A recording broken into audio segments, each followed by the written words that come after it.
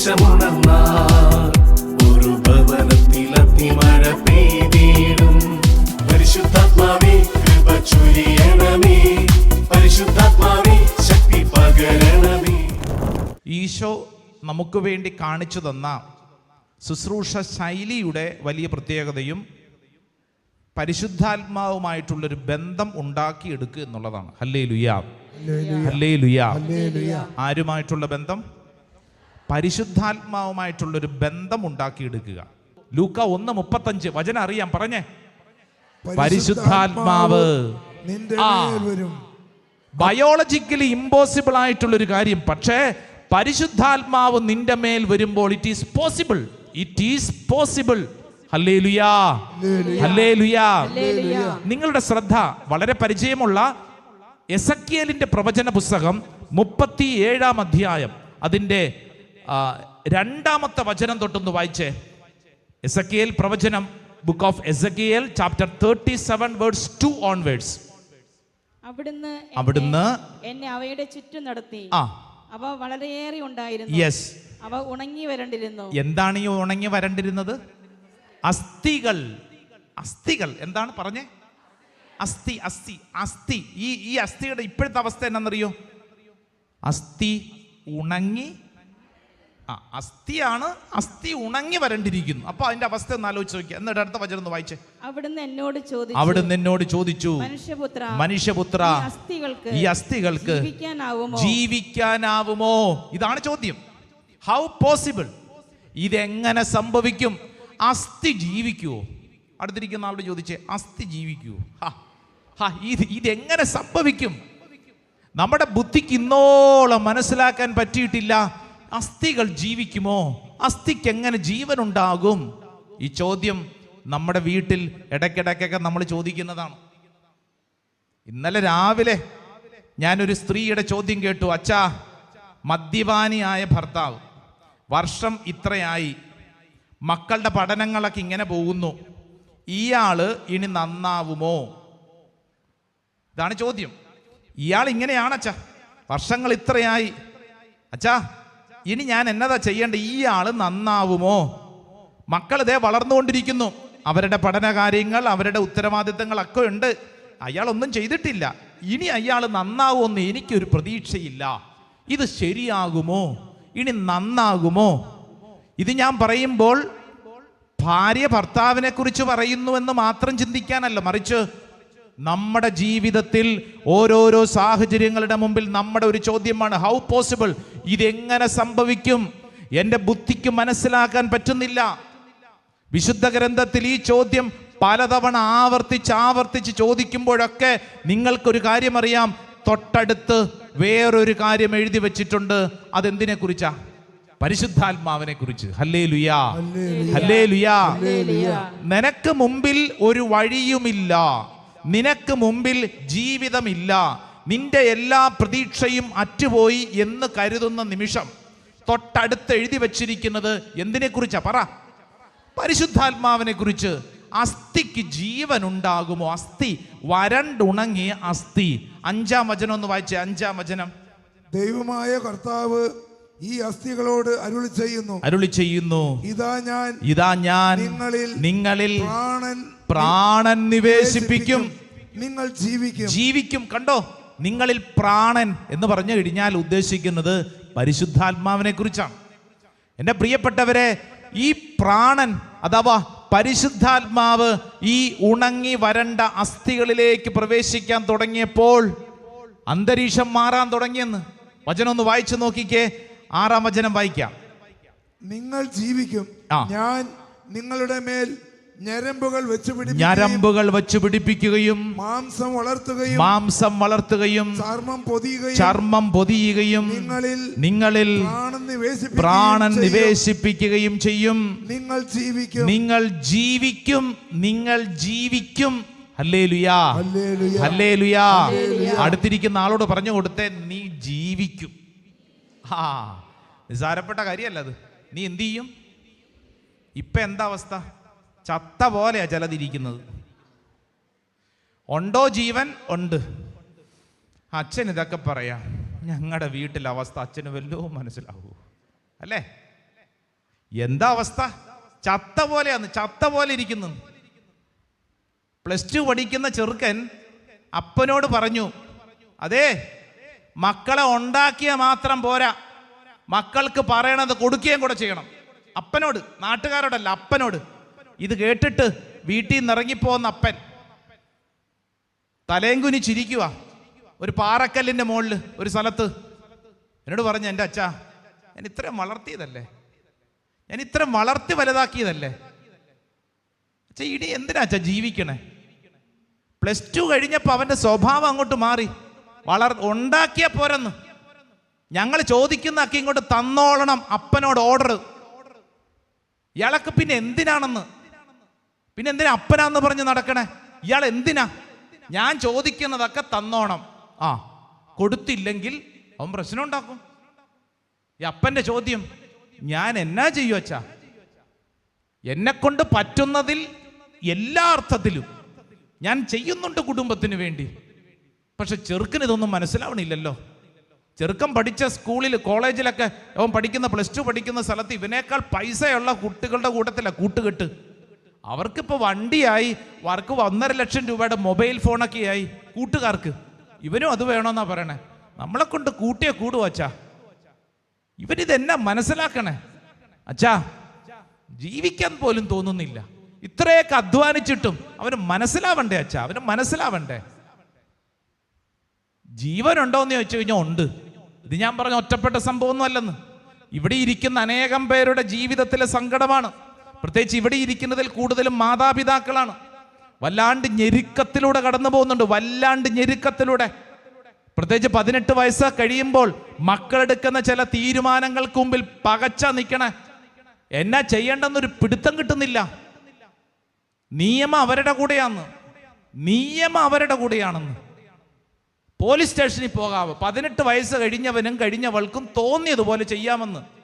അപ്പൊ പിന്നെ അച്ഛാ, ഞങ്ങൾ എന്തിനാ ഇത്രയും നാളും വളർത്തിയത്? അപ്പൊ അവര് പറയുന്നു, ഞങ്ങളുടെ ഇഷ്ടം, ഞങ്ങളുടെ സ്വപ്നം, ഞങ്ങളുടെ ജീവിതം വളർത്തുക എന്നുള്ളത് മാത്രമേ നിങ്ങളുടെ കടമയുള്ളൂ. കേട്ടോണം അപ്പനും അമ്മയും, വളർത്തണമെന്ന് മാത്രമേ കടമയുള്ളൂ. അതിനപ്പുറം ഒന്നും നിങ്ങൾ അന്വേഷിക്കേണ്ടെന്ന്.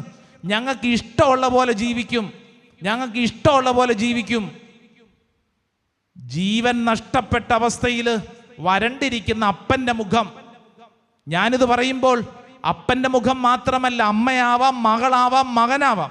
ജീവിതത്തിൽ പ്രതീക്ഷകൾ നഷ്ടപ്പെട്ട് ജീവനറ്റിരിക്കുന്നവരോട് വിശുദ്ധ ഗ്രന്ഥം ഇന്ന് പഠിപ്പിക്കുന്നു, നീ പ്രാർത്ഥിക്കേണ്ടത് ഒറ്റ കാര്യത്തിന് വേണ്ടി മാത്രം. എന്തിനു വേണ്ടി? ഒച്ചത്തിപ്പറ. പരിശുദ്ധാത്മാവിന് വേണ്ടി പ്രാർത്ഥിക്കുക. നിന്റെ മുമ്പിൽ ഇമ്പോസിബിൾ എന്ന് കരുതുന്ന കാര്യത്തെ പോസിബിളാക്കി പരിശുദ്ധാത്മാവ് മാറ്റും. അന്തരീക്ഷം മാറും. പരിശുദ്ധാത്മാവിനോട് പ്രാർത്ഥിക്കുന്നതനുസരിച്ച് അന്തരീക്ഷം മാറും. ഹല്ലേലൂയാ, ഹല്ലേലൂയാ. എസെക്കിയേലിന്റെ പ്രവചനം 37-ന്റെ 10-ാം വചനം ഒന്ന് വായിച്ചേ. 10-ാം വചനം. അവിടുന്ന് കൽപ്പിച്ചതുപോലെ ഞാൻ പ്രവചിച്ചു. അപ്പോൾ ജീവശ്വാസം അവരിൽ പ്രവേശിച്ചു. അവർ ജീവൻ പ്രാപിച്ചു. വളരെ വലിയ ഒരു സൈന്യം പോലെ അവർ എഴുന്നേറ്റ് നിന്നു. കണ്ടോ? ആരാ ഈ അവർ?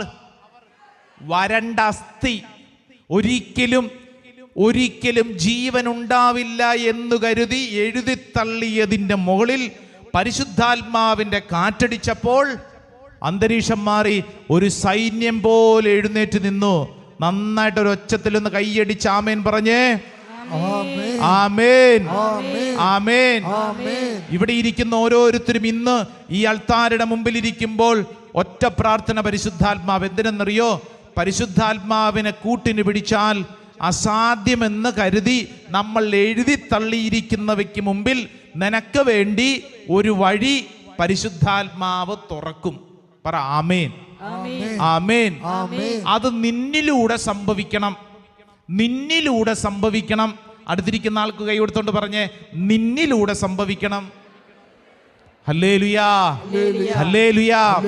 അതേത് വിഷയമായിക്കൊള്ളട്ടെ, നിന്നിലൂടെ സംഭവിക്കണം.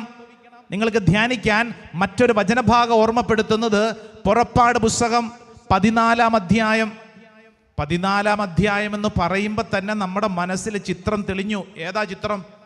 ചെങ്കടല്.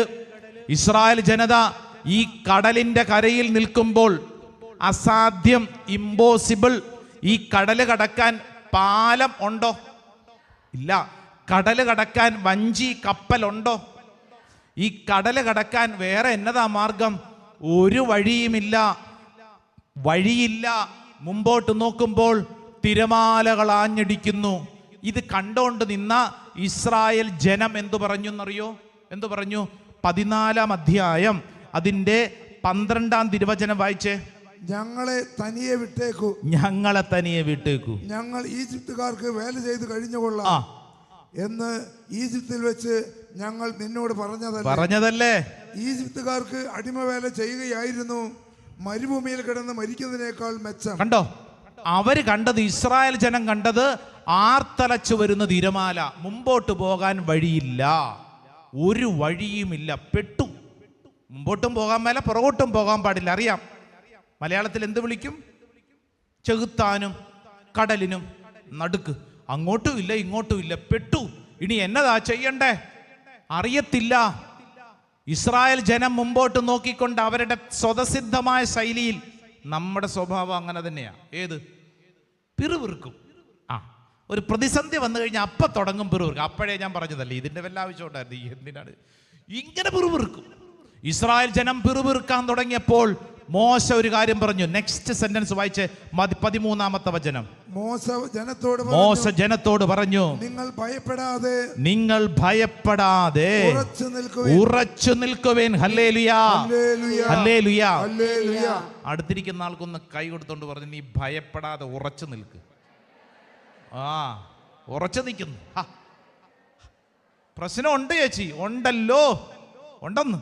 പക്ഷേ ഭയപ്പെടാതെ, പിറുപിറുക്കാതെ ഉറച്ചു നിൽക്കണം. ഉറച്ചു നിൽക്കണം. ഹല്ലേലൂയാ, ഹല്ലേലൂയാ. പ്രശ്നമുണ്ട്. പ്രശ്നമില്ലാത്ത വല്ലവരും ഇവിടെ ഇരിപ്പുണ്ടോ? അങ്ങനെ ഉണ്ടെങ്കിൽ അവരായിരിക്കും പ്രശ്നം ഉണ്ടാക്കുന്നവര്, അല്ലെ? പ്രശ്നമില്ലാത്ത വല്ലവരും ഉണ്ടോ? പ്രശ്നം സകലമാന മനുഷ്യർക്കും ഉണ്ട്. ഒരു കാര്യം ഉറപ്പിച്ചോ, പ്രശ്നങ്ങളുണ്ട്. ഈ പ്രശ്നത്തിന്റെ മുമ്പിൽ നീ എങ്ങനെ കൈകാര്യം ചെയ്യണമെന്ന് വിശുദ്ധ ഗ്രന്ഥം പഠിപ്പിക്കുന്നു. നീ ഇരുന്ന് പിറുപിറുത്തോണ്ടിരിക്കരുത്, മറിച്ച് ഭയപ്പെടാതെ നീ ആ പ്രശ്നത്തെ നേരിടണം. ഹല്ലേലൂയാ, ഹല്ലേലൂയാ. അങ്ങനെ നേരിടുമ്പോൾ 21-ാം തിരുവചനം വായിച്ചേ. ഒരു കാര്യം നമുക്ക് പഠിക്കാം. എന്ത് സംഭവിച്ചെന്നറിയോ? പ്രതിസന്ധിയുണ്ടോ? അതിന്റെ തൊട്ടടുത്തൊരു കാര്യമുണ്ടെന്ന് നമ്മൾ നേരത്തെ പറഞ്ഞില്ലേ? 21-ാം വചനം വായിച്ചേ. 14-21. മോശ കടലിന് മീതെ കൈ നീട്ടി. കർത്താവ് രാത്രി മുഴുവൻ ശക്തമായ ഒരു കിഴക്കൻ കാറ്റയച്ച് കടലിനെ പുറകോട്ട് മാറ്റി കടൽ വരണ്ട ഭൂമിയാക്കി വെള്ളം വിഭജിക്കപ്പെട്ടു. ഹല്ലേലൂയാ. വലതുകരം ഒന്ന് ഉയർത്തിപ്പിടിച്ച് എന്റെ കൂടെ ഒന്ന് ഒച്ചത്തിലൊന്ന് പറഞ്ഞേ. മോശ കടലിന് മീതെ കൈ നീട്ടി. കർത്താവ് രാത്രി മുഴുവൻ ശക്തമായ ഒരു കിഴക്കൻ കാറ്റയച്ച് കടലിനെ പുറകോട്ട് മാറ്റി കടൽ വരണ്ട ഭൂമിയാക്കി വെള്ളം വിഭജിക്കപ്പെട്ടു. ഹല്ലേലൂയാ. ദേ, ഒരു കിഴക്കൻ കാറ്റയച്ചു. എന്തുവാ അത്? പറ. കാറ്റ് എന്നതാ? പരിശുദ്ധാത്മാവ്. കൃത്യം വേട് അവിടെ ഉപയോഗിച്ചിരിക്കുന്ന റൂഹ, ദൈവത്തിന്റെ ആത്മാവ്. റൂഹ എലോഹിം, ദൈവത്തിന്റെ ആത്മാവ് ഒരു കാറ്റയച്ചു. കാറ്റ്, പരിശുദ്ധാത്മാവ്. ഈ കാറ്റാണ് അപ്പസ്തോല പ്രവർത്തനത്തിൽ 2-ാം അധ്യായത്തിൽ അപ്പസ്തോലന്മാരുടെ മേൽ പറന്നിറങ്ങിയ അതേ കാറ്റ് ഇതാ പഴയ നിയമത്തിൽ രേഖപ്പെടുത്തിയിരിക്കുന്നു. ഇസ്രായേൽ ജനത്തിന് മുമ്പോട്ട് പോകാൻ പറ്റാതെ പ്രതിസന്ധിയിലായിരിക്കുമ്പോൾ അവരുടെ പ്രതിസന്ധിക്ക് മുമ്പിൽ വഴി തുറന്നത് ആര്? പരിശുദ്ധാത്മാവ്. അവരുടെ ബുദ്ധിയിൽ മനസ്സിലാക്കാൻ പറ്റിയിരുന്നില്ല, പക്ഷേ അവർക്ക് വേണ്ടി പരിശുദ്ധാത്മാവ് പ്രവർത്തിക്കും. ഹല്ലേലൂയാ. ഇതേ പരിശുദ്ധാത്മാവ് നിനക്ക് വേണ്ടി പ്രവർത്തിക്കും. പറഞ്ഞേ ആമേൻ, ആമേൻ, ആമേൻ, ആമേൻ. ഇവിടെ ഈ ശുശ്രൂഷയിൽ ആരെങ്കിലും കുഞ്ഞില്ലാത്തതിന്റെ പേരിൽ സങ്കടപ്പെടുന്നവരുണ്ടെങ്കിൽ, ഒരുപക്ഷെ മകന് കുഞ്ഞില്ല, മകൾക്ക് കുഞ്ഞില്ല, അച്ഛാ പ്രാർത്ഥിക്കണം എന്നൊക്കെ പറഞ്ഞ് ഇവിടെ വന്നിരിക്കുന്നുണ്ട്. ഓൺലൈൻ പ്രാർത്ഥിക്കുന്നവരുണ്ട്. ദേ ഓർത്തോ, നിനക്ക് വേണ്ടി, നിന്റെ കുടുംബത്തിന് വേണ്ടി ഈ വഴിയില്ല എന്ന് നീ പറഞ്ഞിരിക്കുന്ന നിന്റെ ബുദ്ധിയുടെ മുമ്പിൽ ആര് പ്രവർത്തിക്കും? പരിശുദ്ധാത്മാവ് പ്രവർത്തിക്കും. വിശ്വസിക്കുന്നവർ ഒച്ചത്തിൽ കൈയടിച്ചോണ്ട് പറ ആമേൻ, ആമേൻ, ആമേൻ. ഒരു വഴിയുമില്ല എന്ന് നീ ചിന്തിക്കും, പക്ഷെ നിനക്ക് വേണ്ടി വഴി ദൈവം തുറക്കും. Praise the Lord, hallelujah. ഈ മോശ ഇസ്രായേൽക്കാരോട് പറഞ്ഞ കാര്യം നിങ്ങൾ അടുത്തിരിക്കുന്ന ആൾക്കൊന്ന് കൈ കൊടുത്തോണ്ട് പറഞ്ഞായിരുന്നു. എന്നതാ? ഭയപ്പെടേണ്ടെന്ന്. ഈ ഭയപ്പെടേണ്ട എന്ന് വെറുതെ പറഞ്ഞ് നിർത്തുകയാണോ? അല്ല. ഭയപ്പെടേണ്ടെന്ന് പറയുക മാത്രമല്ല, ഭയം മാറുന്നതിനുള്ള വഴിയും കൂടെ നിനക്ക് വേണ്ടി ദൈവം തുറക്കും. പറ ആമേൻ, ആമേൻ. ഇത് നിന്നിൽ സംഭവിക്കും.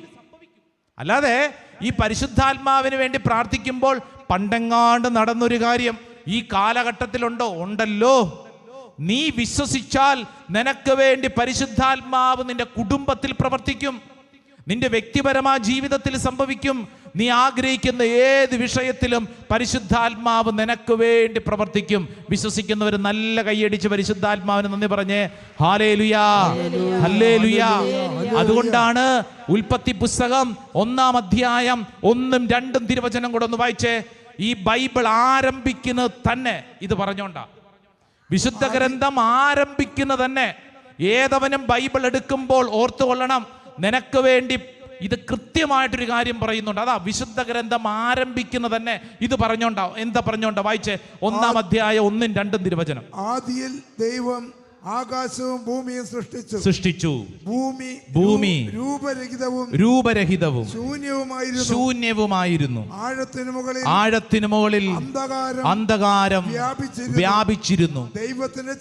ദൈവത്തിന്റെ ചൈതന്യം വെള്ളത്തിന് മീതെ ചലിച്ചുകൊണ്ടിരുന്നു. ഹല്ലേലൂയാ, ഹല്ലേലൂയാ. ദൈവത്തിന്റെ ചൈതന്യം എന്നതാ? പറ.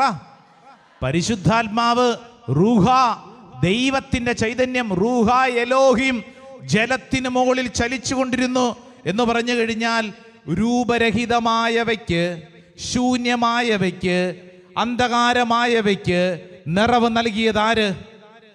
പരിശുദ്ധാത്മാവ്. ഹല്ലേലൂയാ, ഹല്ലേലൂയാ, ഹല്ലേലൂയാ. ഒന്ന് ചാടി ഒന്ന് എഴുന്നേറ്റ് നിന്നേ, ചാടി ഒന്ന് എഴുന്നേറ്റ് നിന്നേ. ഒരു വളരെ പ്രധാനപ്പെട്ട കാര്യം നമ്മൾ പഠിച്ചുകൊണ്ടിരിക്കുക. ഈ പരിശുദ്ധാത്മാവിനോടുള്ള സ്നേഹബന്ധം നീ വളർത്തിയെടുത്തു കഴിഞ്ഞാൽ നിന്റെ ജീവിതത്തിൽ ഇന്നത്തെ പ്രതിസന്ധികൾക്ക് ഉത്തരം കിട്ടും. പറഞ്ഞേ ആമേൻ, ആമേൻ, ആമേൻ. അടുത്ത് നിൽക്കുന്ന ഒരു 1-2 പേരോടെങ്കിലും കൈ കൊടുത്ത് പറയണം, പരിശുദ്ധാത്മാവിനോടുള്ള ബന്ധം വളർത്തിയാൽ നിന്റെ പ്രശ്നത്തിന് പരിഹാരം. പറഞ്ഞു കൊടുത്തേ. എന്നതാ പറഞ്ഞത്? പരിശുദ്ധാത്മാവിനോടുള്ള ബന്ധം വളർത്തിയാൽ നിന്റെ ഏത് പ്രശ്നത്തിനും പരിഹാരം. ഹല്ലേലൂയാ. പ്രശ്നങ്ങൾ ഉണ്ടാവില്ല എന്നാണോ? അല്ല, പ്രശ്നങ്ങളുണ്ടാവും, പ്രശ്നങ്ങളുണ്ടാവും.